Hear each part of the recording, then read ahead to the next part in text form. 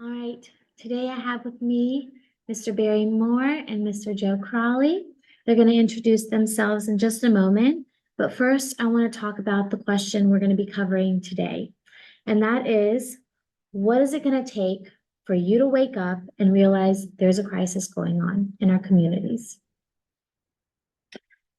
Thank you. I'm Joe Crowley. I'm Director of Business Development for the Coleman Institute for Addiction Medicine in Richmond, Virginia. Since 1988, Coleman has been detoxing patients to get them back, to take their lives back. And our motto is, you deserve a better life. You deserve freedom from addiction. And we work with you to medically detox you and help you get your life back. I think, it's a great way to ask the question, a direct question, almost a smack in the face, because we really don't pay attention, whether it's human trafficking, feeding people, or drug addiction. We have to ask the question, what's it going to take when one of your family members get affected? That seems to be the only time that we seem to care. Yet we go out and we go to stupid, ridiculous parties for nonprofits raising money for a cause we don't understand anything about. We would do better off, instead of these ridiculous fundraisers, walk into a room, put $1,000 check on the table, and then talk to people that need help. Talk to the professionals at Coleman and learn what they can do. This is more than a crisis. In the words of Chris, I won't say his last name, who runs the DEA agency right here in Richmond, he calls it terrorism. We were worried about 115,000 deaths last year. There's enough fentanyl in this country to kill 250 million.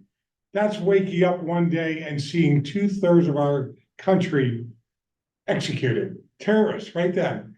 And when do we wake up at that point in time? So we've got to stop these fundraisers, and there's great programs out there. Support the great programs. Real life, write them a check.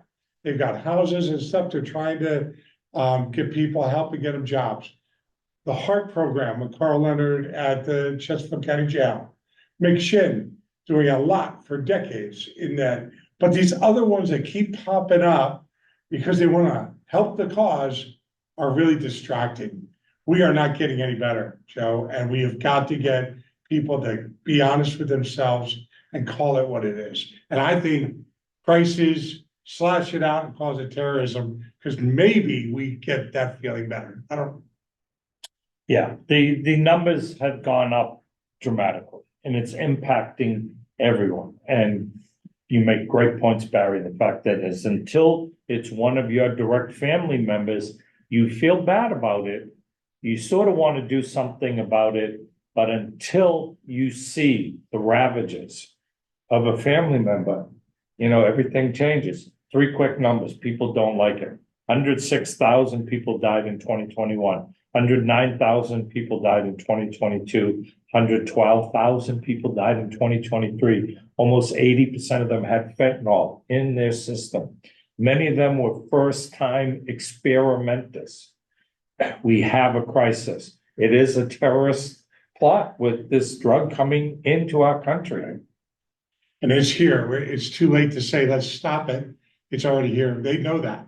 Yeah. The DEA knows it. The FBI knows it. We know it. I'm talking about it. We're talking about it right here on Evie's podcast here, our Evie's show, right? And it's with Ignite, and it is that serious. But we've got to get real with ourselves, and we got to stop distracting each other, and get down to business, because I believe fentanyl can be melted down or down in liquid format in any.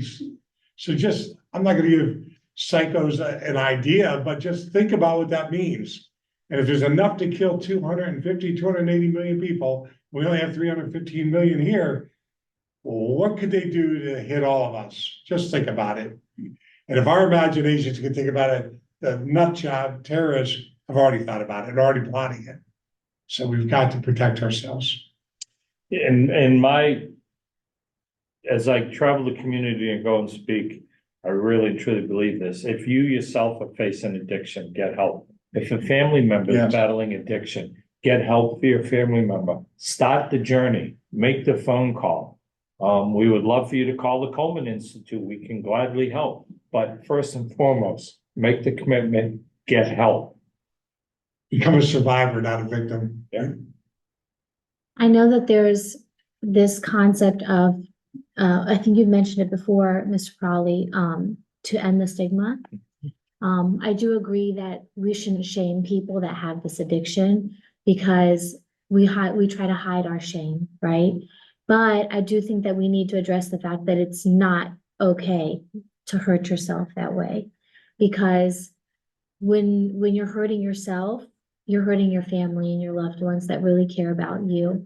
And so if you really want to make a difference, the number one first thing is to admit that you have a problem. Every single time, whether it's swiping that credit card over and over again, or grabbing that drink after work when you know you really don't need it, or taking a hit, admitting that you have a problem, looking at yourself in the mirror and saying, I need help, to yourself is the first step to going to someone else to saying, I need help, help me. Absolutely. At the Coleman Institute for Addiction Medicine, we like to start out, the path to freedom starts here. What's the number one step? Ask for help. Ask for help. Reach out. There's resources. Get into recovery and then stay in the program. There are resources to support you. Have a family member who you know loves you so much, they're willing to be that person that holds you accountable for your actions every single day. And no matter what you say to them or how angry you get or how much you lash out, their love for you overcomes your anger at yourself. You try not to be an enabler, right, as a family member, and that takes a lot, because if the drugs and alcoholism is a problem, then you deal with a parent or someone or loved one that goes through dementia and Alzheimer's. You say, well, what does that got to do with anything? Well, I've been through both walks of life, and you want to get angry at the person with the dementia. You give up on them. You think they're playing around. You think they're stupid. You think all the things, and if you're at the Alzheimer's breakfast, you probably hear people talk about this, and it's a great organization. But it's to be a caretaker of an Alzheimer's patient or a hospice patient, in-home healthcare, and or drug or alcohol abuse. It's tough to be that steady person that you want to be, and you almost need help. So you better have a church behind you or a God behind you or something to help hold your hand all the way through it, because to take that person on, that challenge in all those areas is very difficult. And until you experience real life, no pun on Sarah Scarborough's program, but until you experience, really take in, a lot of us haven't experienced a lot. You can read books, but you never believe it's going to happen to you. I will say, I don't know how my dad did it, but he did a really good job.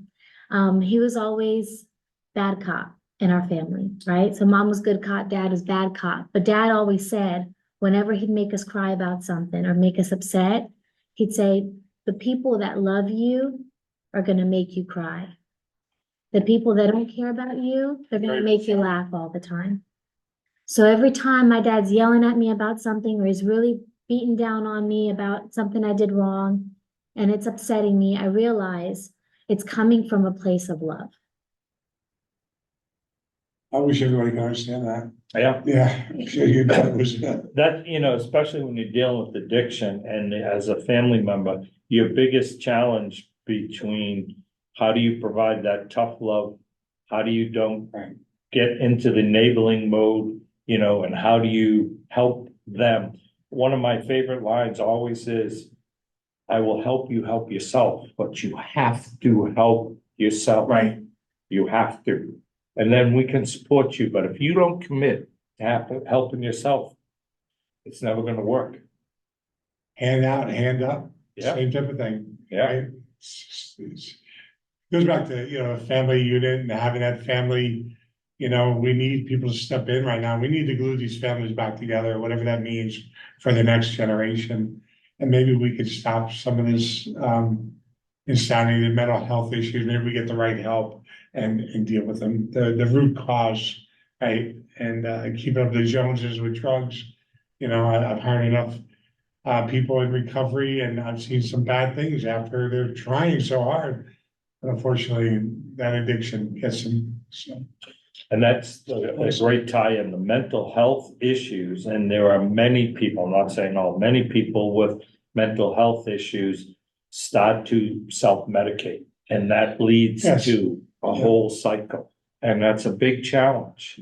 That's a big, big challenge. I think Joe is onto it. Yeah. Those who are watching this podcast or conversation, contact Joe. What's your phone number, Joe? 804-353-1230.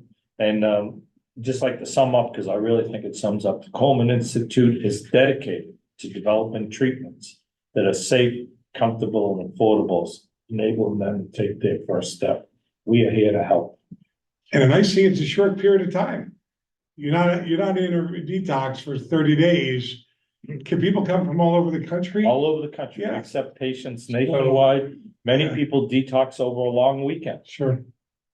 We have, Caritas in Richmond, and we have Coleman Institute. You guys are around the country. Yeah.